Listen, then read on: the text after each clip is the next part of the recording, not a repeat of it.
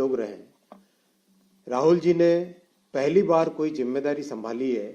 हमेशा जिंदगी में पावर एंजॉय करना लेकिन जिम्मेदारी नहीं रखना, लेकिन पहली बार जिम्मेदारी संभालने के बावजूद आज उन्होंने अति गैर जिम्मेवाराना स्टेटमेंट्स दिए हैं, जिसकी आपके सामने मैं स्पष्ट तथ्यों के साथ रखना चाहता हूं। राहुल जी ने कहा कि अग्निवीर में शहीदों को कोई कंपेंसेशन नहीं दिया जाता। इससे बड़ा झूठ कोई नहीं हो सकता। आज माननीय रक्षा मंत्री जी ने सदन में ही स्पष्ट, जब उनका भाषण चल रहा था राहुल जी का, उसी दौरान स्पष्ट किया कि अग्निवीर में शहीदों को 1 करोड़ रुपए से 1 करोड़ रुपए का कंपेंसेशन मिलता है। केस स्टडीज हैं, अगर राहुल जी अपने तथ्यों को देखें तभी जाके वो इस तरह की बात करें। ऐसा नहीं कि कांग्रेस ने पहली बार सेना पे सवाल नहीं उठाए। कांग्रेस ने हमेशा सेना पर इस तरह के सवाल उठाए हैं और देश को भ्रमित करने का प्रयास किया है। साथियों, दूसरा, आज राहुल जी ने एक संवैधानिक पद, माननीय अध्यक्ष जी के पद को जिस गैर जिम्मेवाराना तरीके से कमेंट किया, अति शोचनीय, अति दुखद है वो। और ये भी पहली बार नहीं है। याद कीजिए, आप जब प्रेस क्लब में अपनी खुद की सरकार का ऑर्डिनेंस श्री राहुल गांधी ने फाड़ा था। याद कीजिए यूपीए सरकार का समय, जब जो संवैधानिक व्यवस्था है प्रधानमंत्री जी की, उसको एक गैर संवैधानिक व्यवस्था नेशनल एडवाइजरी काउंसिल एनएसी के नाम से श्रीमती सोनिया गांधी जी उसको चलाती थी। इस तरह से कांग्रेस का एक तरीके से ये हमेशा से चरित्र रहा है कि संवैधानिक व्यवस्थाओं को कमजोर करे। अगर थोड़ा और पीछे जाएं तो स्वर्गीय इंदिरा जी के समय की बात भी अगर हम करें, संवैधानिक व्यवस्थाओं को उन्होंने हमेशा कमजोर किया। कमिटेड जुडिशरी की बात की। एक तरीके से जितनी संवैधानिक व्यवस्थाएं थी, चाहे पार्लियामेंट हो, जुडिशरी हो, ब्यूरोक्रेसी हो, सबको उन्होंने कमजोर किया। अब जो भारतीय संस्कृति के अनुसार जो व्यवहार होता है, उसको राहुल जी कहां से समझेंगे? उनको संस्कृति के बारे में जानकारी ही क्या है? आज उन्होंने एक संवैधानिक पद का बहुत बड़ा अपमान किया है। साथियों, तीसरी जो बहुत भ्रामक बात कहने की कोशिश की श्री राहुल गांधी ने, अयोध्या में कॉम्पेंसेशन की बात। अयोध्या में कॉम्पेंसेशन के बारे में ऑलरेडी प्रदेश सरकार ने, प्रशासन ने क्लियर आंकड़े दिए हैं जो आप सबके सामने हैं। 1253 करोड़ रुपए का कंपेंसेशन जहां जहां करीब 4215 शॉपकीपर्स जो अफेक्ट हुए उनको दिए जा चुके हैं। इसके अलावा भी रीलोकेशन किया गया है। शॉप्स को वापस किस तरह से ठीक किया जाए, उसमें भी प्रशासन ने और जन भागीदारी के साथ काम किया है। मैं जो सबसे चिंताजनक विषय है, जो सबसे गंभीर विषय है, अब उस पर आता हूं। आज राहुल गांधी ने संपूर्ण हिंदू समाज को हिंसक बताया है, असत्यवादी बताया है, घोर अपमान किया है हिंदू समाज का। और ये पहली बार नहीं है, ये कांग्रेस की पुरानी पद्धति है। 2010 में तत्कालीन गृह मंत्री श्री पी चिदम्बरम ने हिंदुओं को आतंकवादी कहा था। 2013 में तत्कालीन गृह मंत्री, पूर्व गृह मंत्री सुशील शिंदे जी ने हिंदुओं को फिर से आतंकवादी कहा था। 2021 में राहुल जी ने कहा था हिंदुत्ववादियों को देश से बाहर निकाल देना चाहिए। और आज संपूर्ण हिंदू समाज को हिंसक कहा, असत्यवादी कहा। ये राजनीति की एक ऐसी परिस्थिति श्री राहुल गांधी ने आज लीडर ऑफ ऑपोजिशन के पद की गरिमा को इतना नीचा किया है, इतना कमजोर किया है और राजनीति को एक ऐसे लेवल पे लेके गए हैं जो कि निंदनीय है। संपूर्ण देश श्री राहुल गांधी के इस बयान से दुखी है और इस बयान की जितनी निंदा की जाए उतनी कम है। हिंदुओं को हिंसक बताना, हिंदुओं को असत्यवादी बताना, पार्लियामेंट के डिबेट के दौरान ईश्वर के चित्रों को सामने रखना, राजनीति को उससे जोड़ना, एक ऐसा लेवल डिबेट का ये किसी भी तरीके से एलओपी को शोभा नहीं देता।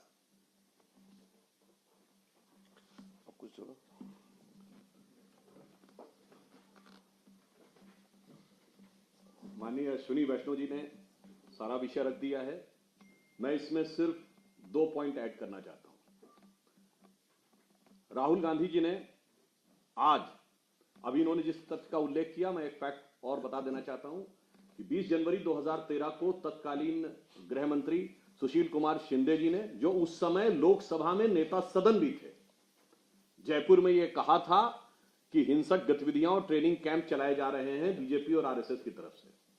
और जब फ्लोर ऑफ द हाउस पे उनसे सवाल पूछा गया तो 20 फरवरी 2013 को सुशील कुमार शिंदे, गृह मंत्री, लीडर ऑफ द हाउस, ने रिग्रेट व्यक्त किया था।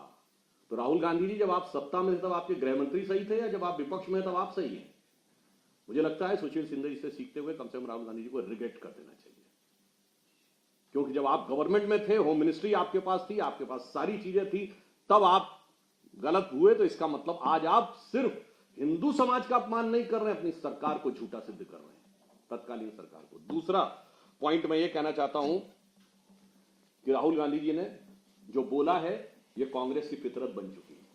उन्होंने संपूर्ण हिंदू समाज को हिंसक कहा। कांग्रेस के कर्नाटक के कार्यकारी अध्यक्ष, जो इस समय पीडब्ल्यूडी मिनिस्टर हैं, सतीश जारकीहोली, हिंदू शब्द को गंदा बोल चुके हैं।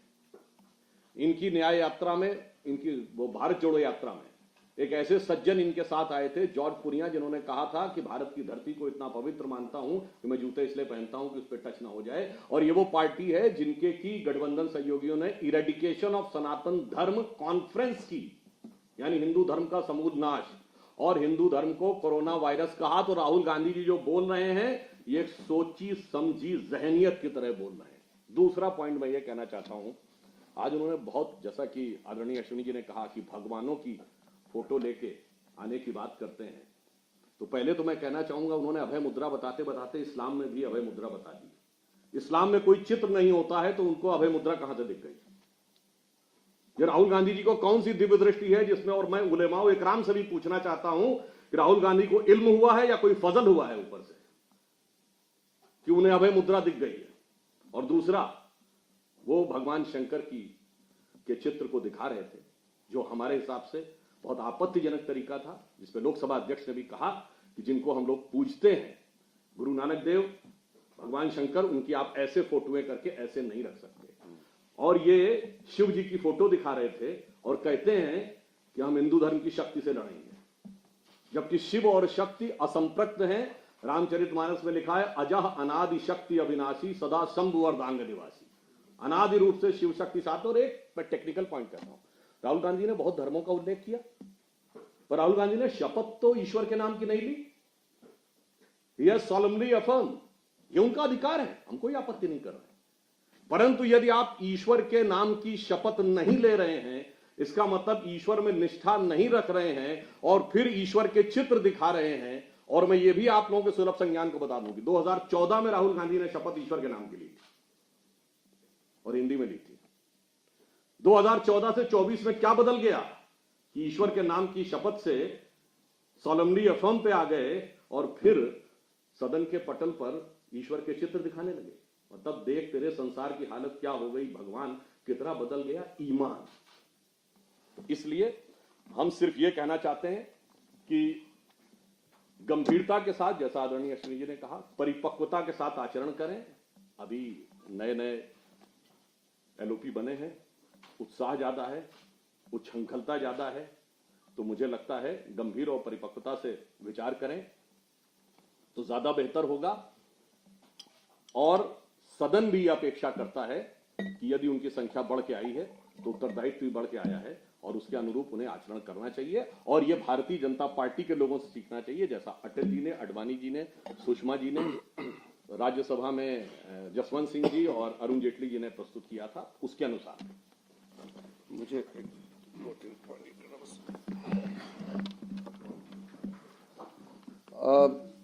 मुख्य जो विषय है उसका तो जिक्र किया है अश्विनी जी और फिर सुधांशु जी ने ऐड किया है।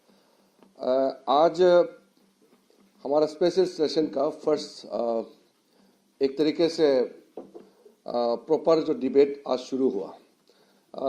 एक सेशन एक दिन हमारा नुकसान हुआ तो 16 आवर्स डिस्कशन का टाइम दिया है, तो कल प्रधानमंत्री जी का जवाब होगा लोकसभा में।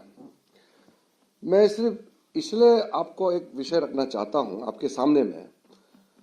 हमने 2004 से श्री राहुल गांधी जी को देखा है, तो कोई पद में नहीं थे तो उसका व्यवहार भी बहुत हल्कापन और नाटकीय मजाक ऐसे चलते थे। और कभी कभी स्पीकर अचानक से 3 बजे राहुल का भाषण होगा, ना वो मंत्री है ना पार्टी का अध्यक्ष ना कुछ नहीं, ऐसे वहां पे उसको मौका देता था, हम लोग देखते थे ये सब। आज लेकिन क्योंकि वो लीडर ऑफ ऑपोजिशन हो गए हैं और संवैधानिक पद पर है, तो हम लोग उम्मीद कर रहे थे कि वो थोड़ा मैच्योरिटी से बिहेवियर में, उनके आचरण में कुछ सकारात्मक बदलाव होगा, ये हम उम्मीद कर रहे थे। आज जब लीडर ऑफ ऑपोजिशन नाते से उन्होंने जब अपना बात रखना शुरू किया, तो प्रधानमंत्री जी जैसे हमेशा करते हैं, एलओपी का भाषण में प्रधानमंत्री जी मौजूद रहते हैं। उसमें एक level of debate, level of discussion होते हैं, संसद का एक गरिमा होते हैं। आज उनके भाषण के दौरान जो हमने देखा है, हमारे मन में इतना पीड़ा है। बार बार स्पीकर के चेयर से उसको बोला गया कि आप बात करते समय तर्क प्लस आपका पीठ स्पीकर के ओर ना दिखाए। रूल को पढ़ के भी सुनाया कि कोई भी सदस्य जब सदन में बोलते हैं तो आपका पीठ चेयरमैन और स्पीकर की तरफ नहीं दिखा सकते। वो मोर की बार बार अपने एमपीज को एड्रेस कर रहे थे और पीठ बार बार स्पीकर को दिखा रहे थे। और फिर जब उसको कुछ बोलते हैं तो उसको सुना ही नहीं देता है। राहुल गांधी को सुनने का जो क्षमता है वो बढ़ाना पड़ेगा, क्योंकि जो भी टेबल से चेयर से कुछ भी उसको मैसेज देता है, बोला जाता है, उसका समझ में नहीं आता है। डिबेट का लेवल इस तरह गिर गया, हमने कभी देखा नहीं है। हम लोग नए नए एमपी बन के आए थे, अटल जी, जॉर्ज फर्नांडिस जी, आडवाणी जी, प्रणब मुखर्जी, कई लोगों का हमने देखा है, हम लोग सीखते थे। आज नए एमपी सीखने के लिए कुछ नहीं बचा राहुल गांधी से, क्योंकि आज एलओपी का हिसाब से जो उन्होंने एड्रेस किया, मुझे तो लगता है कि नए एमपीज को बोलना पड़ेगा कि इससे मत सीखो, क्योंकि सब लोग पहले सत्र में सीनियर एमपी से सीखते हैं।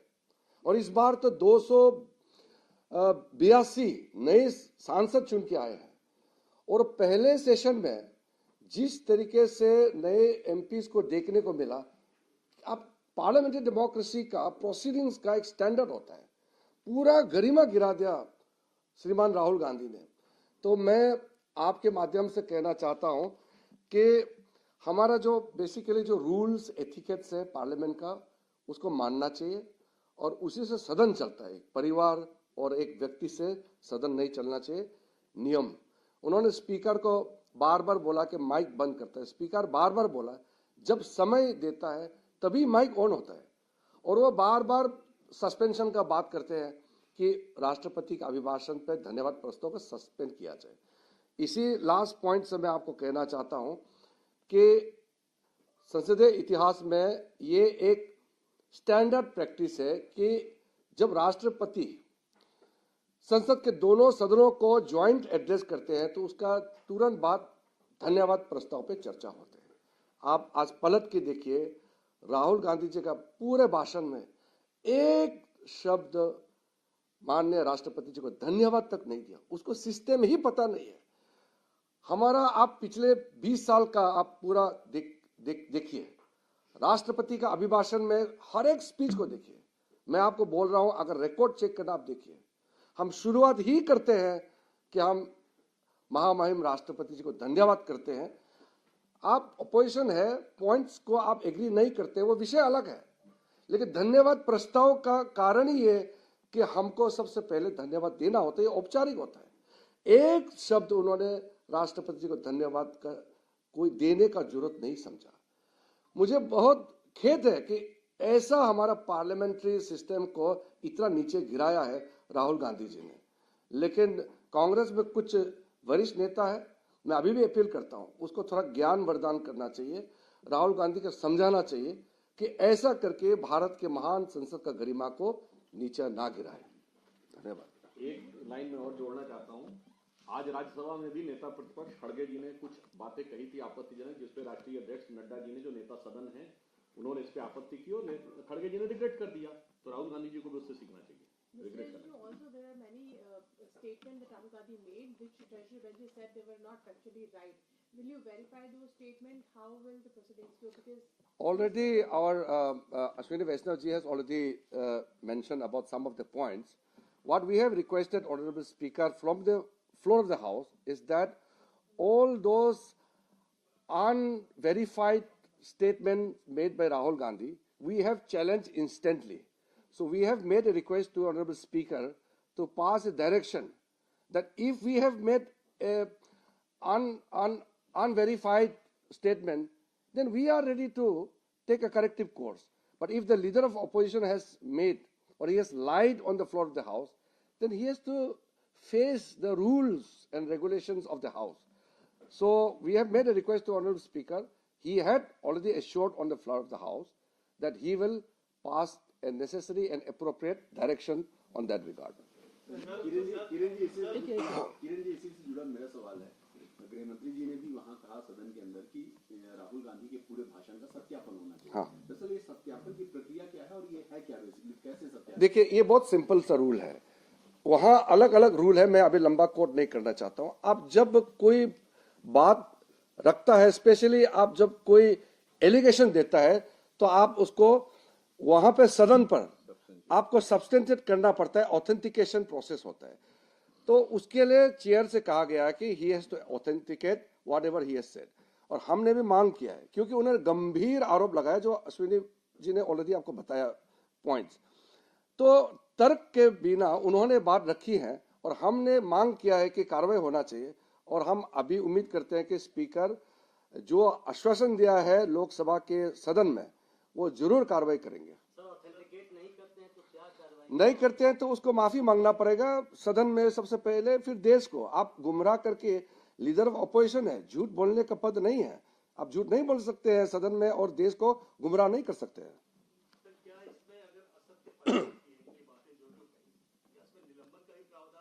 मैं उसके लिए किस गंभीर रूप से उसका कार्रवाई होगा वो मैं अभी नहीं कह सकता, क्योंकि वो स्पीकर तय करेंगे, लेकिन कार्रवाई करने के लिए हमारा अनुरोध है।